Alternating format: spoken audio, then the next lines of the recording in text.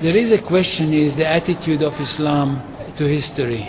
And in fact, what we find, the basic attitude is that all history is in fact an Islamic history. That means that all the major figures of history basically are Muslims.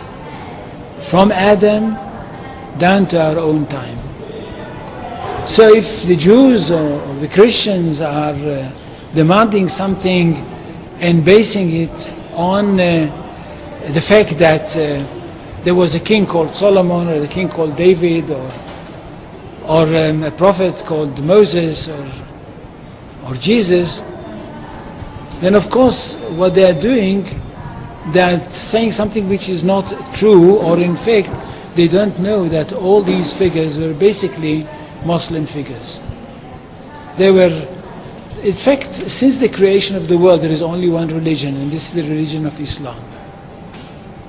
So if anybody says, look, there is a place which is connected with Solomon, and that's the place where the Temple of Solomon stood, a true Muslim would tell you, yes, absolutely right, but don't forget that Solomon was a Muslim, and David was a Muslim, and Abraham was a Muslim, and Isaac was a Muslim, and Jesus was a Muslim.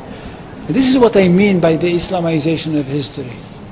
And you can understand that through Islamization of history, you've got Islamization of geography. Anywhere which was connected with these people, or with these prophets, which were all Muslims, becomes a Muslim territory. And therefore, when Islam was not in that area before Muhammad came to it, but it should have been there. In that area, I mean in the Middle East or other parts outside the Middle East, which are now Muslim parts, any place like this had to be freed, not to be conquered, had to be liberated. So Islam appeared in history in the time of Muhammad, or reappeared in history from their point of view, reappeared in history as a liberator. And therefore there is no Islamic occupation. If somebody occupied anything, it would be always somebody else, not the Muslims.